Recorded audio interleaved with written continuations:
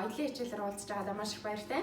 За тэгээ өнөөдөр би та нартаа ямар хичээл заах вэ гэхээр олон янзаар өмсөж болдог одоо нэгсэндээ палаж болж хуургаж болдог, эсвэл даашин зоолж болдог, эсвэл цанц зоолж болдог нэг тийм сонирхолтой хувцсыг хамтдаа хийж урлая гэж бодсон. За тэгээ та бүхний өдөр тутмын хэрэгцээнд бас нэгэн нэмэлтээр хөөрхөн одоо байнгын хэрэглээний нэг хувцсыг хамтдаа хийж чадна гэдэгтэй ерөнхийдөө найдаж байна. За тэгээд хувцас хамтдаа хийж үзье. За материалын хувьд болохоор хүн болго өөрийнхөө биений хэмжээ болон хийх гэж байгаа даашинз одоо нэг цамц одоо хийх гэж байгаа хувцсныхаа уртаас шалтгаалаад 1.5-аас 2 м материал байхад хангалттай.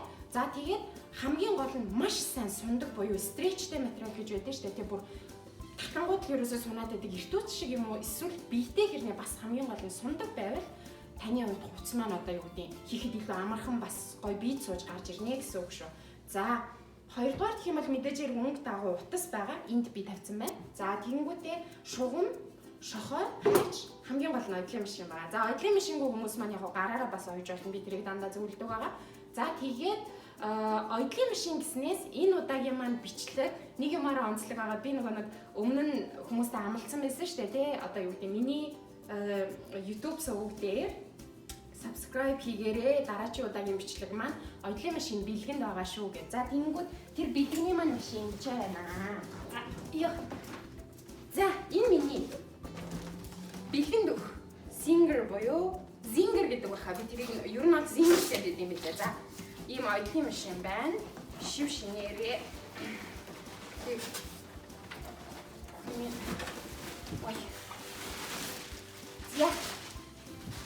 Яг миний энэ оюутлын машинтай ижилхэн. Яг энэ хэрэгэлдэг өөрийн маань өдөр тутмын хэрэглэх машинтай. Адилхан анх удаа юм оюут сурж байгаа хүмүүст бол буруу харуулж байгаа юм шүү дээ.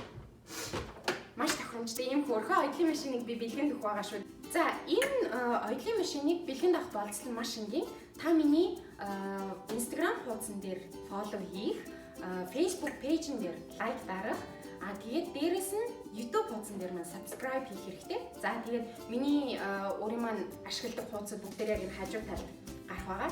Та тэдгээр хуудсуудыг уншаад шууд саяны хийсэн болцлуудыг маань хангацсан байгаа. Тэгээд окей болчихно шүү дээ. За тэгээд бас дээрэс нь яг одоо үзэж байгаа бичлэгээ шеэр хийж бусдтай хуваалцаад мөн дээрэс нь сэтгэл хэсэгт өөрийнхөө 5 найзыг меншн хийх юм бол та энэ оюутлын машиныг авах бүрэн боломжтой болно гэсэн үг шүү. За тэгэхээр танд амжилт хүсье. Тэгээд хэдүүлээ хичээлээ эхэлцгээе. Би мэдээж яриг ямарваа нэг хувцас хийхээс өмнө дандаа биенээс хэмжээ авдаг байгаа. Яг өөртөө тааруулж хийх юм бол за тэгвэл хамгийн ихний хэмжээ маань юу гэдэг энгийн цээж хэсэг дээр хоёрхан хэмжээ авах. За энэ хоёр хэмжээ маань нэгдүгээрт та өөрийнхөө бэлхүүснийхаа одоо хамгийн тулсан бариу хэмжээг авна гэсэн үг. Яг бэлхүүс тайлныхаа хэмжээ гэсэн үг шүү. За тэгээд хоёрдугаар хэмжээ маань болохоор яг сугны харалтаа зураасны дагуу цээжний голоос бэлхүүсний хамгийн нарийн хэсгийн харалтаа одоо гидсний гол хүртэл гэсэн үг байна шүү дээ. Эндээс энэ хүртэлх хэмжээг л таах хэрэгтэй байна. За ингээ авчна гэсэн үг байна тийм. За тэгээ энэ хоёр хэмжээг ашиглаад хувцас хийж эхэлнэ. За тэнгууд за материал дээр ажиллахын тулд би эхлээд маш сундаг материалыг хэлсэн маа шүү дээ. Энэ материал яаж сунж байгааг харж байгаа. За тэнгуудээ материал маань ихэнхдээ өргөөшөө сундаг хэрнээ уртаашаа сундаггүй байдаг дийлэнхтэй. Тэгэхээр материалынхаа өргөний дагуу буюу сундаг чиглэлээ миний биеинд сунаж ингэж өмсгдөн гэж бодож үзээд за яг одоо энэ дэлгээд тавьсан материал дээрээ би бэлхүүсний тойрог буюу минийх 72 см байлаа гэж бодоход би 72 см-аас хүн болгон ямар ч бэлхүүсний хэмжээтэй байхаасаа үл хамааран 12 см-ийг хасах байгаа. За тэгэхээр би 72-аас 12 см-ийг хасаад өгчих юм бол надад 60 см-ийн урт хэрэг болох нь. За тэгээд жишээлбэл та одоо юу гэдэг нь 82 см одоо нэг бэлхүүсний тойрогтой байх юм бол танд 70 см урт хэрэгтэй гэх мэт. За тэнгууд яг суналттай чиглэлийнхаа дагуу би бэлхүүсний тойрогоос 12-ыг хассан буюу 60 см-аа энэ талд авчираад би хэмжээд өгч гинэ. За нэг талынхаа ийм одоо нэг эренгээсээ эхэлчүүл өөрт чинь илүү амар. За авлаа 60 см өртөө энд бахна. За тэгэнгүүтээ дараа нь миний цээжнийхаа урт буюу би түрүү эндээс хэлсэнтэй сугны харалтаагаас бэлхүүсний тайлны харалтаах нийт урт буюу одоо энэ хоорондох зай. Минийх бол 22 см болж байсан. За энэ хоорондох зайгаа яг нөгөө эргэмгээс буюу одоо энэ хаачилсан тал нь бэлэн байгаа шүү дээ, тийм. Тэр талаас 22 гээд энийгээ дахин үржүүлээд 22 гэдэг ийм 2 дахин үрдсэн хэмжээ авчих нь шүү дээ тий. За тэгээ би ердөөсөө энэ дөрвөлжинд одоо хайчилж авах хэрэгтэй болно гэсэн үг. Энэ дөрвөлжинд.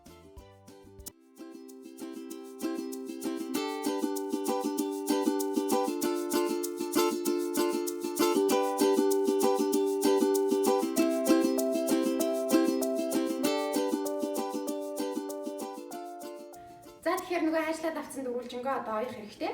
Оёхын тулд материалаа яг ингэж барьж агаад голоор нь нуглаад за сундаг талаар нь би нугалж байгаа штэ.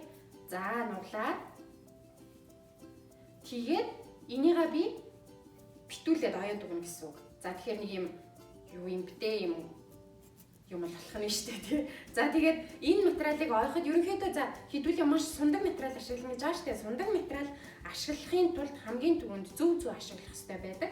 За тэгэхээр зөв гэдэг маань болохоор стретчтэй материалных буюу одоо сунцтай материалын зориулсан 70 номер буюу 80 номерын зүүнүүд байдаг шүү. За хэрвээ танд тийм зүүнүүд байхгүй байх юм бол ерөнхийдөө Singer-ийн өөрийнх нь машинд нь бол тийм зүү дагалдаж ирдэггүй. За тэгэхээр хэрвээ танд байхгүй байх юм бол Singer Mongolia гэдэг ямар өгүүлч Mongolia гэдэг албан ёсны яг ийм энэ хоёрын машиныг зардаг дэлгүүр байгаа.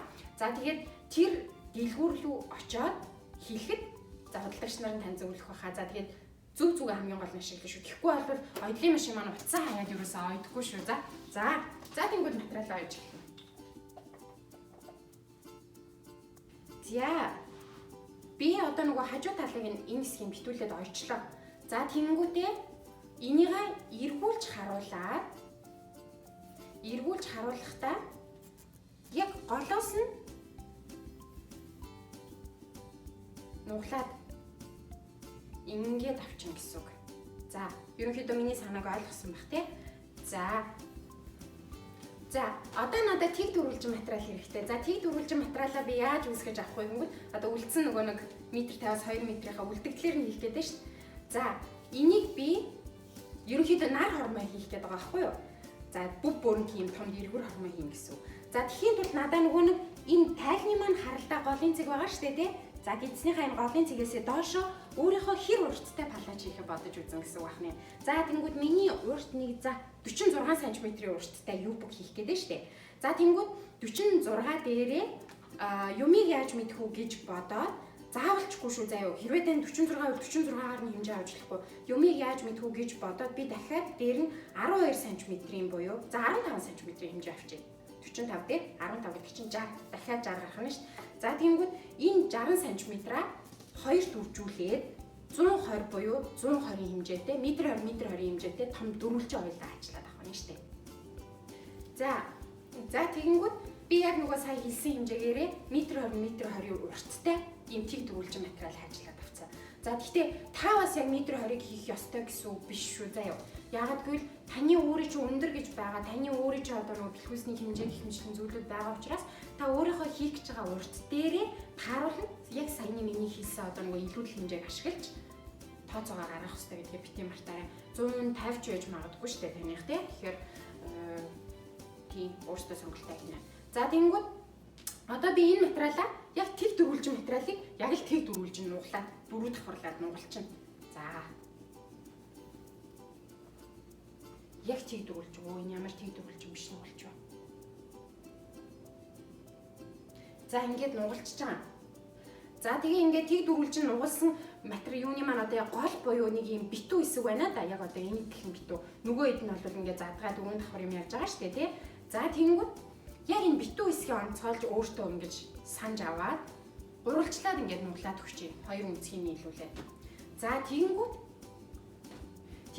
дахиад танд энэ одоо нөгөө гурвалжин дээр чинь битүү хэсэг байгаа тийм үү? За дөрөв яг тэнцүү нуглаад дахиад тэргээ голоор нь гიშилж гурвалжин болгож нуглангуудаа битүү үнцгөө өөр дээрээ барьж аваад тэнгүүтээ ингээд би битүү гурвалжин талаа өөртөө харуулаа барьсан байна шүү дээ. За энийгээ би одоо яах ёстой вэ гэхээр түрүүн авсан бэлхүүсний тойргоос 12 см-ыг хасаа 60 гаргасан тоогоо 628-д хуваагаад одоо минийх нөгөө нэг 60 гэдэг бэлхүүсний тойргийг 628-д хуваахаар нэг 9.5 гарч байгаа байхгүй юу? За тэгэхээр би тэр тоогоо энэ үнцэг дээр тааруулж дугууруулж өгөх юм байна. За одоо би энэ дээр 9 гэдэг маань ийм жижигхэн юу гарч байна да. За энийгээ би ийшээ яг энэ дээр нийтдээ 9 хэмжээтэйгээр дугуй үсгээд өглөө. За энэ дугуйгаа хаачлахдаа яг энэ зурснараа хаачлахгүй, зурснаас гадагшаа буюу одоо дотгошооч гэх юм уу да. Яг 1 см-аар хаачилж өгдөг байгаа. За одоо би энийгээ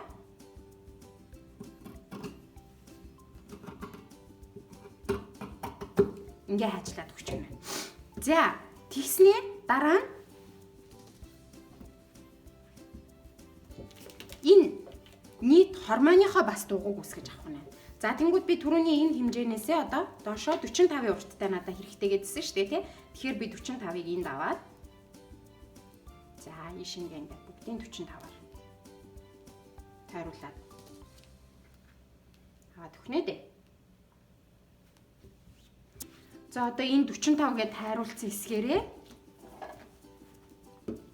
энэ хэмжээгээрээ би хаачлаад бүгдийг.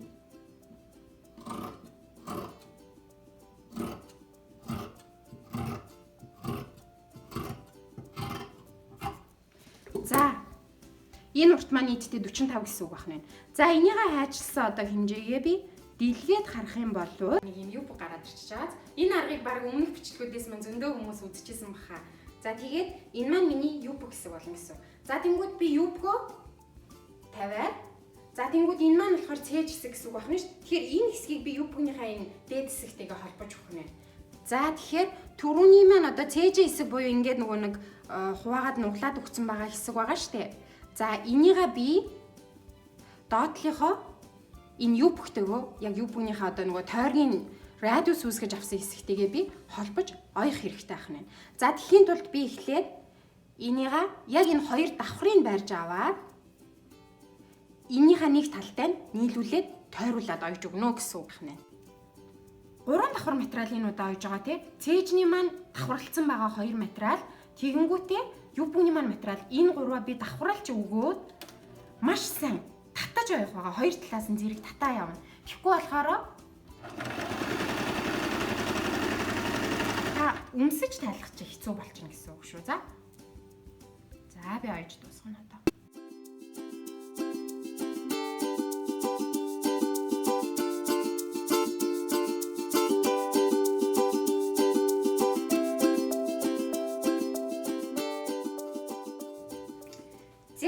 За ингээ палаж маань дууссан. За энэ палаж гэхээр бас яг палаж гэж хэлж болохгүй. Би нэг олон янзаар өмсөн гэсэн байгаа шүү дээ. За тэрийг би яаж өмсөх одоо харуулна. Та нарт өмсөж харуулах байгаа. За тэгээд энэ дээр мэдээж яриг ингээд одоо юбгний доод хэсэг байна шүү дээ. Эднэрийг бас та нар өөрсдөө нунгалах юм уу, хэрэх юм уу ойлголтыг хийгээд өөрсдөө эвтэхнэр хийгээд авч болно. Би та нарт нөө заах үднээс тэрийг хийх надаа хийхэд одоо бичлэг манд энд урт болчдөг учраас яг энэ чигээр нь орхичих. За тэгээд би энийгээ та нарт яаж өмсөж гоё харагдуулах талаар жижигэн үргэлжлэх бичлэгийг үзүүлье. Тэгэхээр саяны хийсэн хувцас маань нэг юм палаж болоод хөрсөн байна. За тэгээд би сая бичлэгийнхаа өмнө хамгийн ихэнд нь хэлсэн байгаа. Тэгээ олон янзаар өмсдөг тийм хувцас хийнэ гэ. За тэнгүүд энэ маань дан ганц одоо яг ингэж өмсдөг палаж гэхээсээ гадна та юбг болгоод өмсч болно. За тэхийн тулд би яах вэ? Энийгээ зүгээр ингэж буулгаад өмсчих гинэ. За тэгсний бас дээрэс нь хамгийн сүүлийнх нь хувилбар нь болохоор яг энийхээ дээд талаас нь барьж агаад дээшээ цээж рүүгээ нийлэн гаргаж аваад за энийгээ ийм цамц болгож бас өмсөж болно гэсэн үг шүү. За тэгээд энэ цамц ерөнхийдөө жирэмсэн үнд бас айгүй гоё харагдах хаа гэж бодож байна. За тэгээд энэ хувцсыг та яг одоо дуурайж дагаж хийх гэж оролдоорой. Бас дээрэс нь бэлгийнхаа болцлыг хангахаа бити мартаарай. Хэрвээ танд энэ бичлэгүүд маань таалагдж байгаа бол миний YouTube хуудсыг маань subscribe хийх бити мартаарай. Бас Facebook болон Instagram хуудсуудыг маань follow, like гэх мэтлэн зүйлсүүдээ бас бити мартаарай гэж хүсмээр байна. За өнөөдрийг бичлэгээр маань надтай хамт өнгөрүүлсэн танд маш их баярлалаа. Дараачихаа бичлэг болон влогуудаар уулзтлаа. Тэр баяртай.